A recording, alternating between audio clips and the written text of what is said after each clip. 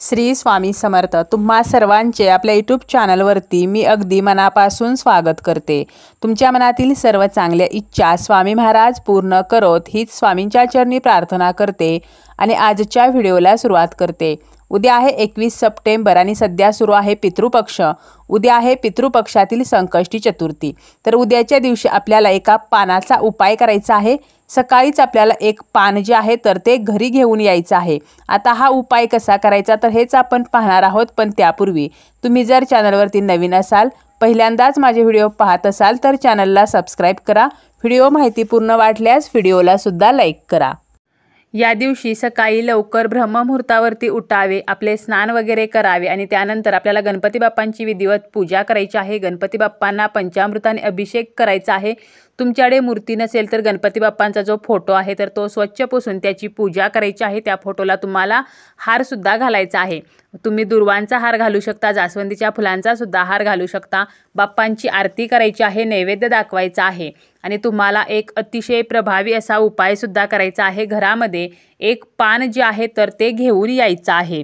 आपल्या काही इच्छा ज्या आहेत तर त्या पूर्ण होत नसतील, मुलांच्या प्रगतीमध्ये बाधा येत असेल, मनासारखी नोकरी मिळत नाही, नोकरी आहे परंतु त्यामध्ये प्रमोशन मिळत नसेल, किंवा तुमची मुले जी आहेत तर ती सतत किरकिर करतात, तरी सुद्धा तुम्ही हा उपाय करू शकता। लग्न झालेले, लग्न न झालेले सुद्धा हा उपाय करू शकतात। स्त्री पुरुष म्हणजे प्रत्येक व्यक्ती हा उपाय करू शकते। असं काही नाही की याच व्यक्तींनी हा उपाय करायचा। आता काय करायचं आहे, हा जो उपाय आहे तर तो तुम्हाला दिवसभरामध्ये तुमच्या सोयीने करायचा आहे।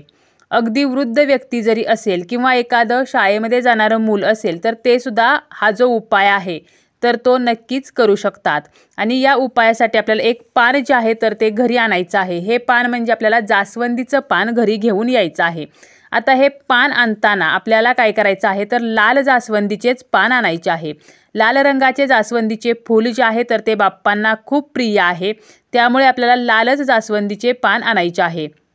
पिवळ्या पांढऱ्या जास्वंदीचं पान या उपायासाठी आपल्याला घ्यायचं नाही, कारण आपल्याला हवे तसे जर रिझल्ट हवे असतील, तुमच्या इच्छा पूर्ण व्हाव्यात असे तुम्हाला वाटत असेल तर लालच जास्वंदीचं पान आणायचं आहे। या पानासोबत आपल्याला एक त्या पानाचा देठ सुद्धा आणायचा आहे।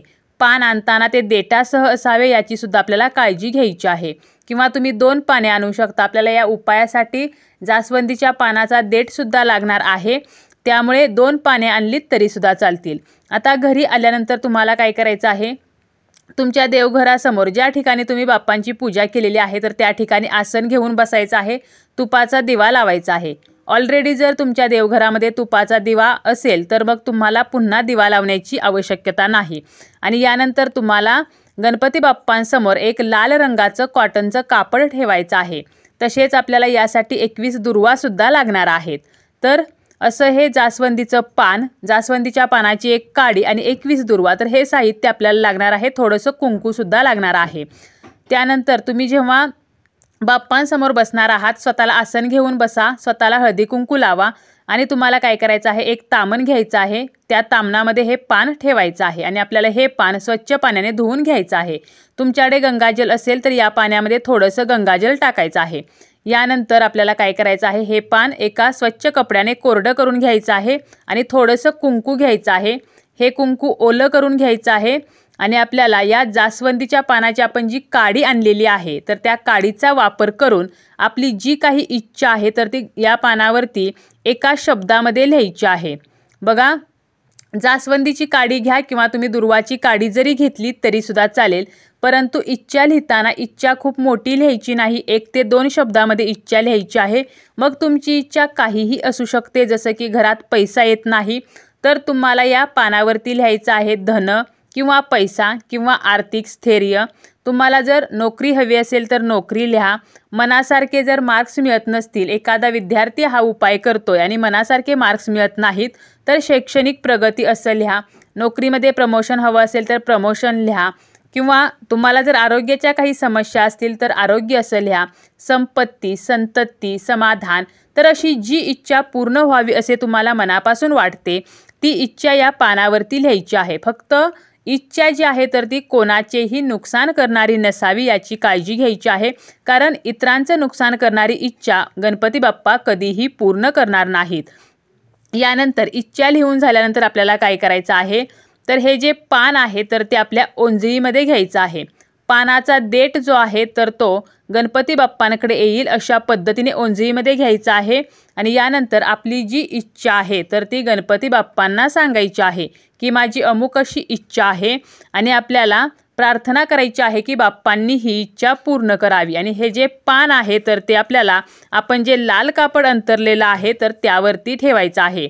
यासोबत आपल्याला 21 दुर्वा ज्या आहेत तर त्यासुद्धा आपल्याला या पानावरती ठेवायच्या आहेत.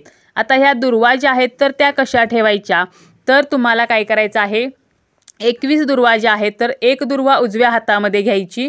यानंतर तुम्हाला गणपती अथर्व शीर्ष म्हणायचं आहे आणि या पानावरती ठेवायची आहे. किंवा तुम्ही गणपती स्तोत्र म्हणू शकता किंवा गणपतीचा कोणताही मंत्र म्हणू शकता. आपल्याला गणपती बाप्पांची जी सेवा करायची आहे तर ती तुम्ही करू शकता, म्हणजे तो मंत्र म्हणू शकता. असं काही नाही की तुम्ही फक्त गणपती स्तोत्रच म्हटलं पाहिजे किंवा गणपती अथर्व शीर्षच म्हटलं पाहिजे.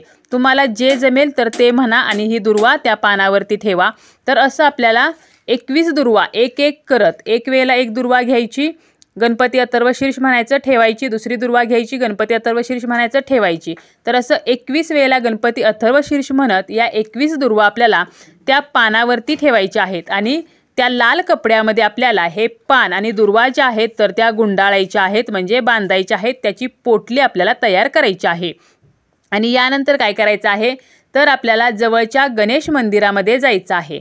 जवळच्या गणेश मंदिरामध्ये गेल्यानंतर ही जी पोटली आहे तर ती सोबत न्यायची आहे. तेथे गणपती बाप्पांच्या चरणाजवळ ही पोटली 2 मिनिटं आपल्याला ठेवायची आहे. आणि तुमची जी इच्छा आहे तर ती बोलायची आहे. त्यासोबत तुम्हाला गणपती बाप्पांसाठी नैवेद्यासाठी तुम्ही मोदक न्या, बुंदीचे लाडू न्या, गुळ खोबरे न्या. तसेच गणपती बाप्पांना मंदिरामध्ये अर्पण करण्यासाठी दुर्वा न्या, दुर्वांचा हार बनवा, जास्वंदीचं फूल न्या, अक्षता न्या. तर हे सुद्धा बाप्पांना अर्पण करायचं आहे. आणि ही पोटली 2 मिनिटं फक्त चरणाजवळ बाप्पांच्या ठेवायची आहे.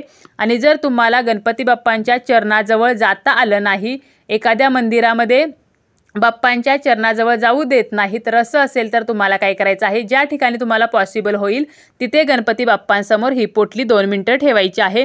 आपली जी काही मनोकामना आहे तर ती बोलायची आहे, बाप्पांना प्रार्थना करायची आहे. आणि यानंतर आपल्याला ही पोटली घेऊन घरी यायचं आहे.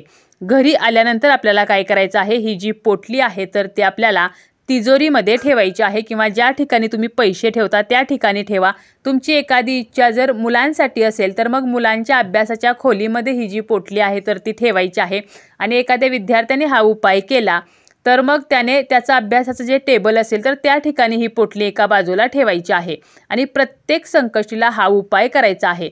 पुढच्या संकष्टीला काय करायचं, तर या कपड्यामधील पान आणि दुर्वा झाडाखाली मातीमध्ये विसर्जित करायच्या आणि याच कापडाचा वापर करून नवीन पान आणि नवीन दुर्वा घ्यायचे आणि हा उपाय पुन्हा करायचा आहे. तुम्ही हा उपाय 4 ते 5 जर संकष्टी चतुर्थीला केला तर नक्कीच तुमच्या ज्या काही इच्छा आहेत, ज्या काही मनोकामना आहेत तर त्या बाप्पा नक्कीच पूर्ण करत असतात.